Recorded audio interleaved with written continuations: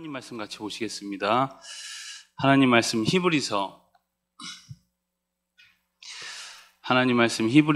10장입니다. 하나님 말씀 히브리서 10장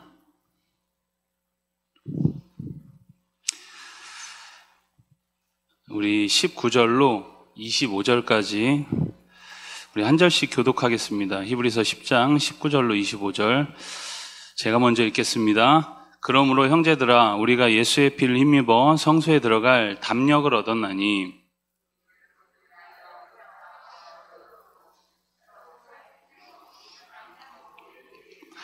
또 하나님의 집 다스리는 큰 제사장이 계심에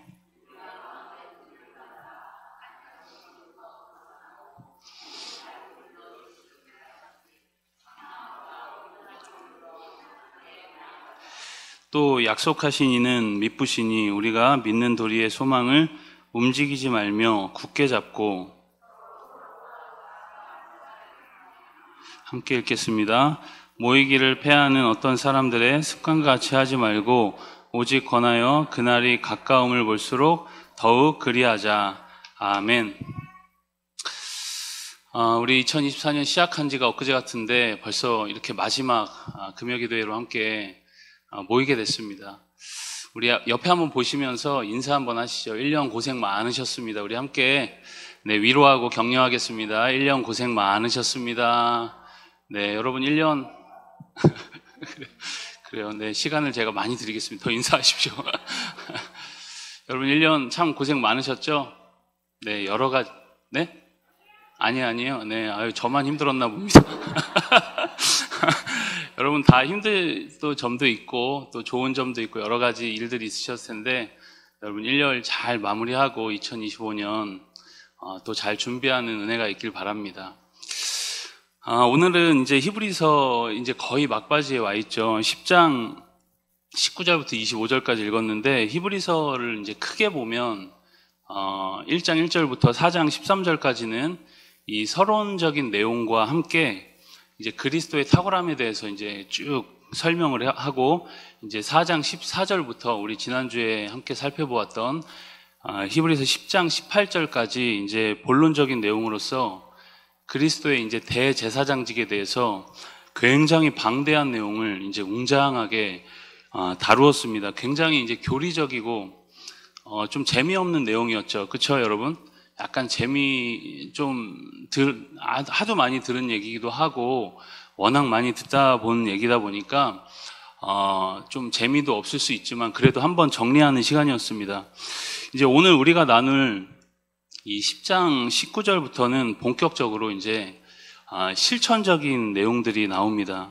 당시는 여러분 여러 이제 시험과 박해가 극심한 시기였다라고 우리가 이야기를 했었죠. 이런 시기에는 여러분 이제 힘들고 어렵고 고난이 너무 많은 시기에는 우리가 화려한 이론만 가지고는 살아갈 수가 없는 것이죠.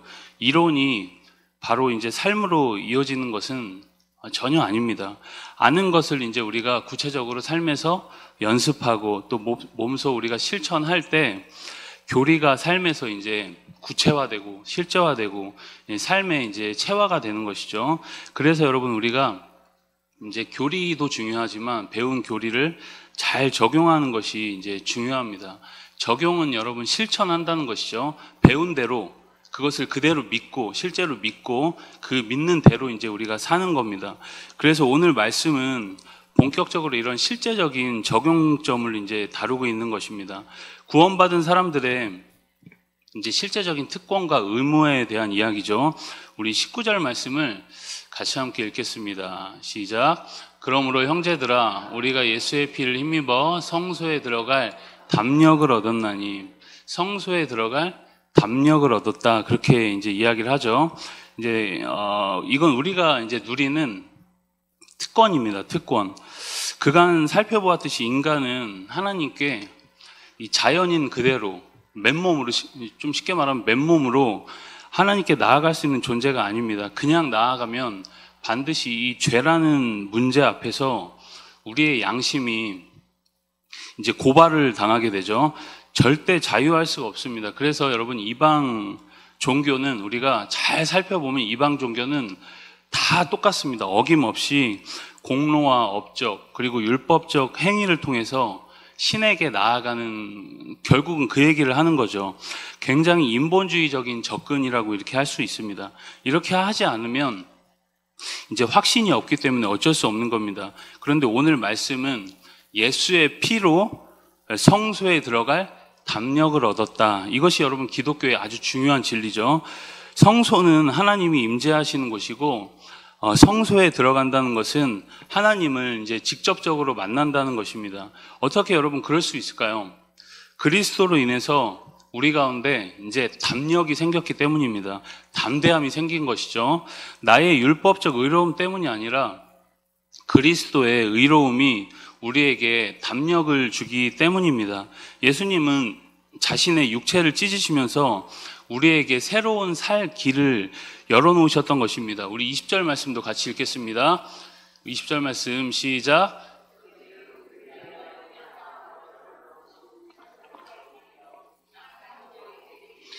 네, 그 길이 무슨 길이라고 하죠? 새로운 살 길이다. 그 길은 우리를 위하여 휘장 가운데 열어놓으신 새로운 살 길이고, 휘장은 곧 그의 육체다. 성소에 지금 비교해서 예수님을 이야기하는 겁니다.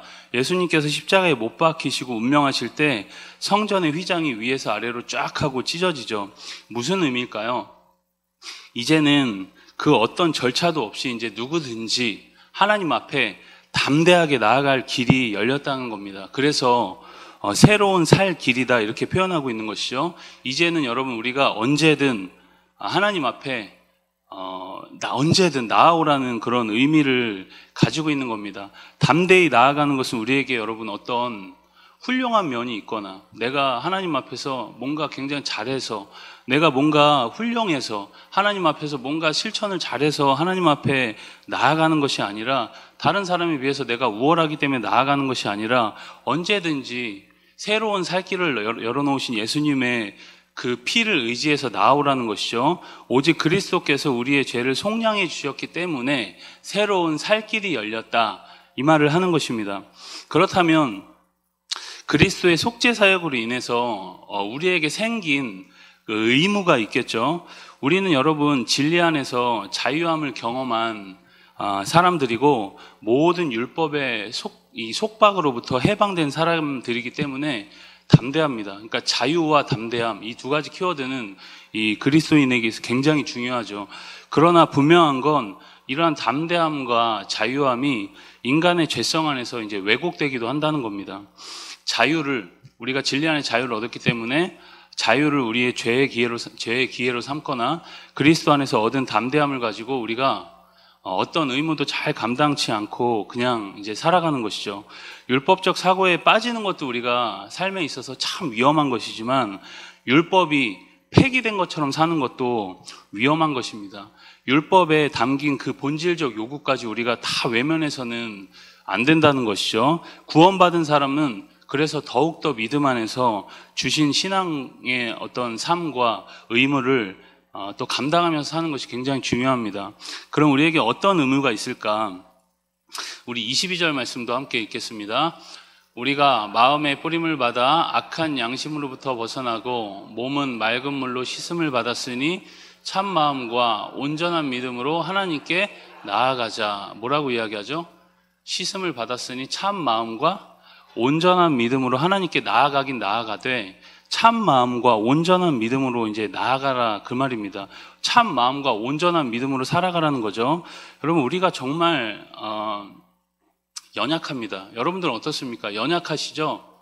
네, 연약하시고 또 지었던 죄를 또 짓고 또 넘어지고 또 뭐 미워하지 말아야 되는데 자꾸 미워하고 뭐 여러 가지 우리 삶에 이런 심각한 죄악들이 많이 있습니다. 그런데 더 심각한 건 이제 이러한 삶을 당연히 여기면서 이제 나 자신도 속이고 또 하나님도 속이며 우리가 살아간다는 것이죠. 여러분, 저에게 만약에 누군가가 목사님 사역하면서 가장 힘든 게 무엇이냐 이렇게 물어본다면 뭐 여러 가지가 있을 겁니다. 사람들과 관계를 잘 맺는 것도 참 쉬운 일이 아니죠. 관계 맺는 것이 참 어렵습니다. 네, 저는 그런 뜻으로 얘기한 게 아닌데 상대방 어떻게 받아들이죠? 네, 물론 이제 전하는 사람도 항상 조심을 해야 되지만 듣는 사람도 이제 잘 들어야겠죠. 서로 소통이 잘 안 돼서 관계 맺는 것도 어렵고 때로는 내가 가진 어떤 역량에 비해서 뭘 해야 되는 것에 있어서 좀 부담이 되는 일도 어렵다고 이야기할 수 있을 것 같습니다. 다 어려운 일이죠. 그러나 여러분 가장 이제 어려운 건 어느새 이제 사역이라는 이 틀 안에 있다 보니까 내가 이제 잘하고 있구나, 나는 그리스도 안에 있구나라고 하는 이제 착각에 빠져서 내 마음과 행동이 이제 분리되어 나타날 때가 이제 가장 어려운 것이죠. 우리 22절의 말씀처럼 참 마음과 온전한 믿음이 없어도 이제 잘 사라질 때 이것이 가장 이제 심각하고 또 힘든 일인 것입니다. 저는 이러한 삶이 참 위험하기도 하고 사역자로서 또 관리하기 어려운 일인 것 같다는 생각을 하게 됩니다. 다른 사람들의 죄악은 우리가 이제 목회자로서 앞에 선 또 설교자로서 잘 분석해주고 당신이 뭘 잘못하고 있다, 이렇게 살아야 된다 잘 분석해주고 책망도 하기도 하지만 이제 나에 대해서는 참 평가하기가 어렵다라는 것이죠. 그래서 여러분 참마음과 온전한 믿음이 참 쉽지 않다라는 것을 많이 생각하게 됩니다. 여러분 저만 그런 건 아니죠? 여러분들도 그러시죠? 너만 그러냐 이제 그런 표정을 보지만 여러분들도 다 부족한 모습 아니겠습니까? 그렇죠? 맞죠 여러분? 다 그렇습니다. 어느새 우리 가운데 이 참 마음과 온전한 믿음을 다 잃어버리고 사는데도 이제 신앙생활이 그냥 막 되어지는 거죠. 꾸역꾸역. 우리의 마음에 여러분 더럽고 추한 것이 이 켜켜이 쌓여서 오래되었는데도 아무런 불편함을 느끼지 못하는 것입니다. 그런데 오늘 말씀 뭐라 그러죠? 참 마음과 온전한 믿음으로 하나님께 나아가자라고 이렇게 권면을 합니다. 그것은 여러분 선택사항이 아니라 우리의 의무라는 것이죠. 여러분 하나님은 미쁘신 분입니다. 성실하다는 거죠. 신실하다는 겁니다. 그 신실함 속에서 하나님은 좋은 것이든 나쁜 것이든 분명히 뿌린 대로 거두게 하시고 자신이 말씀하시는 것은 반드시 지키시는 분입니다. 우리가 참 마음과 온전한 믿음으로 그래서 주님을 바라보면 우리 가운데 소망이 생기고 그분이 우리를 지키시고 인도한다는 겁니다. 그래서 이것이 우리가 가진 소망의 근거다라는 것이죠. 하나님의 신실하심이 우리의 위로가 된다는 겁니다. 그래서 오늘 23절은 믿는 도리의 소망을 움직이지 말고 굳게 잡으라. 여러분 특별히 우리가 어려움에 빠질 때 이 말씀을 더더욱 기억해야만 합니다. 이것이 여러분 구원받은 사람의 특권이자 의무다. 그러나 여러분 이러한 소망을 붙들고 참 마음과 온전한 믿음으로 살아가는 것은 나 혼자만의 문제가 아닐 때도 참 많죠. 성도인 우리들에게는 예나 지금이나 다 어려움이 있습니다. 그때는 그때대로 힘들고 2000년 전 초대교회는 초대교회대로 힘들고 2024년을 살아가는 우리는 우리대로 참 어렵습니다. 그러나 그리스도인은 세상 사람들과 이제 그 어려움을 대하는 방식 자체가 완전 다르죠. 어떤 상황에도 주님의 신실하심을 붙들고 그 안에서 소망을 가지고 살아간다는 겁니다.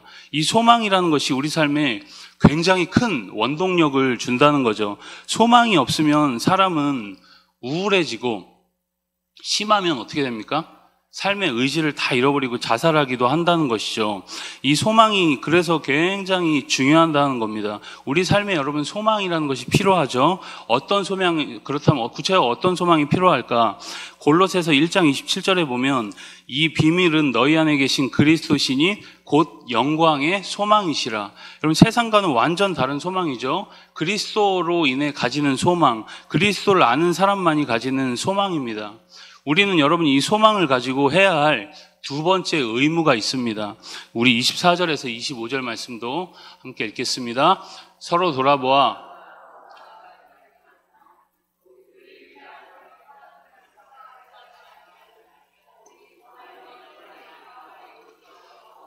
네, 뭐라고 지금 이야기하고 있죠? 서로 돌아보아 사랑을 격려하고 모이기를 패하는 사람들의 어떤 사람들의 습관과 같이 하지 말라, 그렇게 이야기를 합니다. 우리가 해야 될 두 번째 의무는 뭡니까? 그러면 서로 격려하고 돌보고 이제 위로하는 일이죠. 우리가 지금 행하고 힘써 지키는 이 믿음의 걸음이 서로 확실하다는 것을 서로 자꾸 격려해주고 선행을 하면 그 선행을 위로해주고 격려하고 서로 이 믿음의 걸음이 확실하다는 것을 같이 확인을 해줘야 한다는 겁니다. 이러한 격려와 돌봄은 함께 모이는 모임을 통해서 확실해진다는 거죠. 여러분, 자꾸 모여서 우리가 싸움도 하지만, 그쵸? 의견이 갈려서 싸움도 하고 다툼도 있지만, 그것보다 훨씬 더 놀라운 또 하나의 교제를 통해서 우리가 얻어가는 것도 굉장히 많다는 겁니다. 그래서 여러분, 모임이 굉장히 중요하다는 거죠. 그래서 우리가 자주 모여야 합니다. 어렵고 공고한 마지막 때가 될수록 서로 자주 모여서 기도하고 또 서로 소망을 나누고 격려하는 것이죠. 여러분, 우리가 이 험하고 팍팍한 세상을 살아가는데 무엇이 필요할까요? 여러 가지 여러분 필요한 게 많이 있겠지만 서로 돌아보고 사랑을 격려하는 그런 선행을 격려하는 그런 일입니다. 이것보다 여러분 더 큰 힘이 있을까요? 여러분, 아무리 삶이 힘들고 어려워도 이 교회 공동체 안에 나오면은 그 힘이 되고 공급받으면, 이 교회 공동체 안에 교제 속에서 은혜를 공급받으면 우리가 살아갈 수 있습니다. 그렇죠?